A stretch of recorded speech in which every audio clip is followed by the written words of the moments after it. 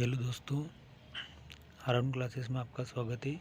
आज हम पढ़ेंगे अध्याय 4 मूल्यांकन। मूल्यांकन शब्द दो शब्दों से मिलकर बना है। मूल्यधन अंकन यानी कि उसके मूल्य अंक करना।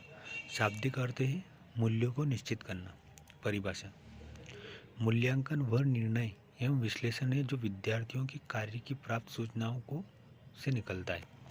यानी मूल्यांकन से आशय है कि बच्चों की शैक्षिक और सहशैक्षिक गतिविधियों का निर्धारण करना कि बच्चों ने क्या सीखा, बच्चों का नज़रिया क्या है, बच्चा कैसे सोचते हैं, बच्चे की रुचि कौन से विषय में, बच्चा खेलों में किस प्रकार सहभागिता लेता है, बच्चों का स्तर कैसा है खेलों में, कौन से खेल में बच्चों की रुचि है।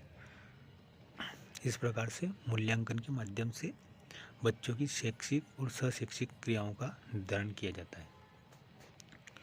मूल्यांकन दो प्रकार का होता है, आंतरिक और बाह्य। उद्देश्य: मूल्यांकन का उद्देश्य क्या है? बालकों के विकास को निरंतर गति देने में सहायक होता है। यानी बालकों का निरंतर विकास को गति देने में सहायक होता है। बालक को पढ़ाते जाते हैं तो उसके मौखिक रूप से टेस्ट लेते हैं, परीक्षा लेते हैं, अर्धवार्षिक, त्रैमासिक टेस्ट। तो इस प्रकार से बालकों का विकास निरंतर देखा जाता है। बालकों के मानसिक विकास का पता लगाने हेतु मूल्यांकन किया जाता है। शिक्षा के उद्देश्यों की पूर्ति का पता लगाने हेतु भी मूल्यांकन किया जाता है कि बच्चों ने कितना सीखा, कहाँ उसे दिक्कत आ रही, कौन से विषय में दिक्कत आ रही। शिक्षकों की कुशलता व सफलता का पता लगाने हेतु भी मूल्यांकन किया जाता है कि शिक्षक कैसे पढ़ा रहे, बच्चों को कितना समझ में आ रहा है, शिक्षकों के द्वारा बच्चों को कौन से विषय समझ में नहीं आ रहे तो शिक्षक फिर उन विषयों को दूसरे विधियों से समझाता है। मूल्यांकन द्वारा प्राप्त सूचनाओं के आधार पर पाठ्यक्रम में समुचित परिवर्तन किया जा सकता है। जैसे अपन कोई पाठ्यक्रम निर्धारित करते हैं तो अपन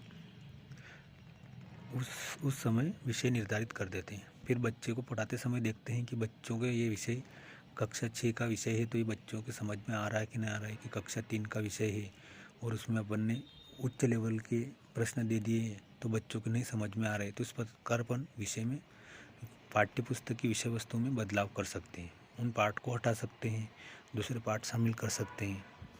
तो ये पाठ्यक्रम पे परिवर्तन किया जा सकता है। मूल्यांकन द्वारा छात्र छात्राओं की क्षमता का पता लगाया जा सकता है। तो मूल्यांकन के द्वारा ये जांचा जा सकता है कि कौन सा छात्र पढ़ने में प्रवीण है, कौन सा छात्र खेलने में प्रवीण है।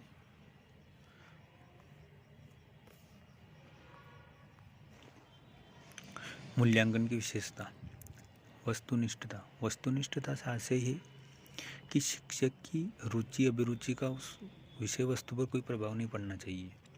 यानी कि शिक्षक द्वारा कॉपी चेक करते समय निष्पक्ष रूप से जांच करना चाहिए।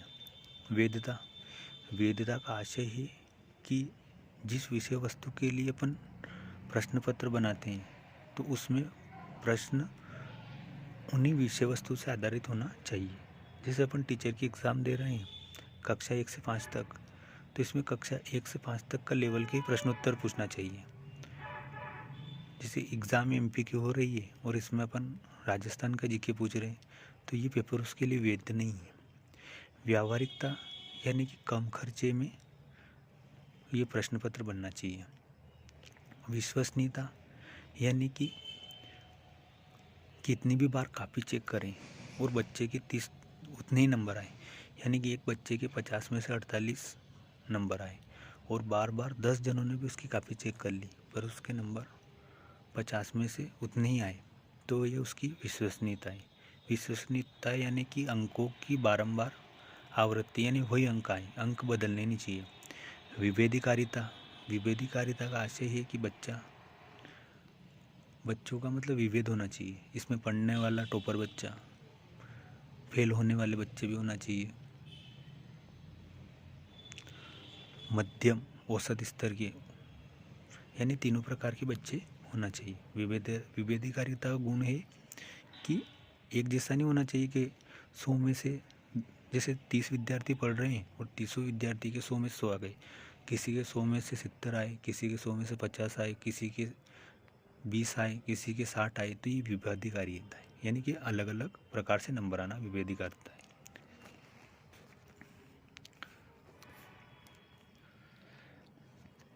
सतत व्यापक मूल्यांकन। सतत का अर्थ क्या है? लगातार, और व्यापक का मतलब सर्वत्र, सभी जगह। सतत एवं व्यापक मूल्यांकन का तात्पर्य यह है कि विद्यार्थी की शैक्षिक और सहशैक्षिक गतिविधियों का निरंतर तथा नियमित रूप से मूल्यांकन करना। सतत मतलब लगातार। टेस्ट लेना, जैसे एक साल में 4 बार टेस्ट ले लेते हैं, 2 बार परीक्षा, अर्धवार्षिक और वार्षिक परीक्षा लेते हैं, मतलब लगातार। एक इकाई समाप्त करी, उसके बाद उसका टेस्ट ले लो, मौखिक रूप से ले लो, तो ये सतत यानी लगातार मूल्यांकन किया जाता है।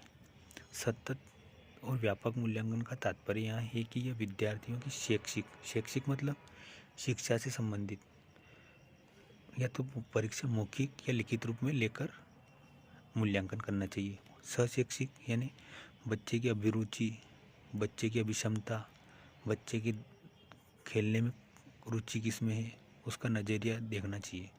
तो सहशैक्षिक मतलब बच्चे का दृष्टिकोण कैसा है, बच्चा खेलों में कैसा परफॉर्मेंस करता है, बच्चा प्रोजेक्ट कैसा बनाता है, तो ये सहशैक्षिक गतिविधियाँ हैं।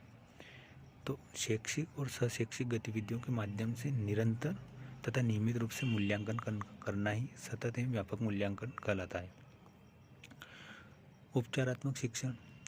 जिस प्रकार वैद्य रोगियों का उपचार कर उन्हें उत्तम स्वास्थ्य प्रदान करता है, उसी प्रकार शिक्षक छात्रों की अधिगम संबंधित त्रुटियों एवं परेशानियों को दूर कर ज्ञान प्राप्ति के लिए उत्तम दिशा की ओर अग्रसर करता है।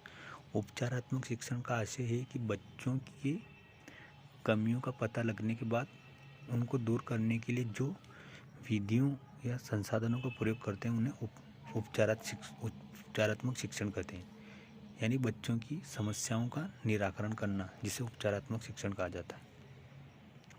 उद्देश्य छात्र की ज्ञान संबंधित त्रुटियों का निराकरण करना, छात्र के अधिगम संबंधित दोषों का निराकरण करना, यानी उपचार करना।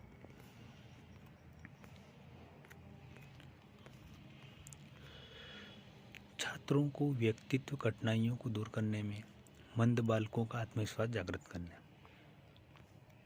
ये मूल्यांकन वाला टॉपिक खत्म हो गया है। अब पढ़ेंगे अपन प्रस्तावना। प्रस्तावना पे आधारित 2 क्वेश्चन आते हैं। प्रस्तावना आधारित होती है पूर्व ज्ञान पर आधारित। प्रस्तावना का अंतिम प्रश्न कैसा होना चाहिए? समस्यात्मक। तो प्रस्तावना से 2 ही क्वेश्चन आते हैं। प्रस्तावना होती है पूर्व ज्ञान पर आधारित। प्रस्तावना का अंतिम प्रश्न कैसा होता है? समस्यात्मक। हर्बर्ट की पंचपदी।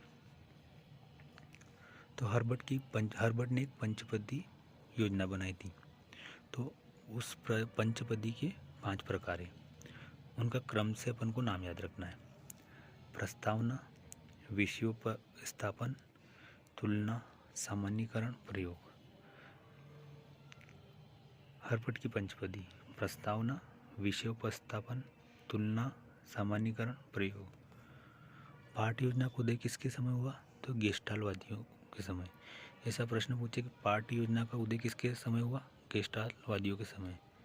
तो दोस्तों यहाँ पर अपना इस संस्कृत का शिक्षा शास्त्र खत्म हो चुका है और अपन नेक्स्ट अध्याय से इसकी MCQ करेंगे।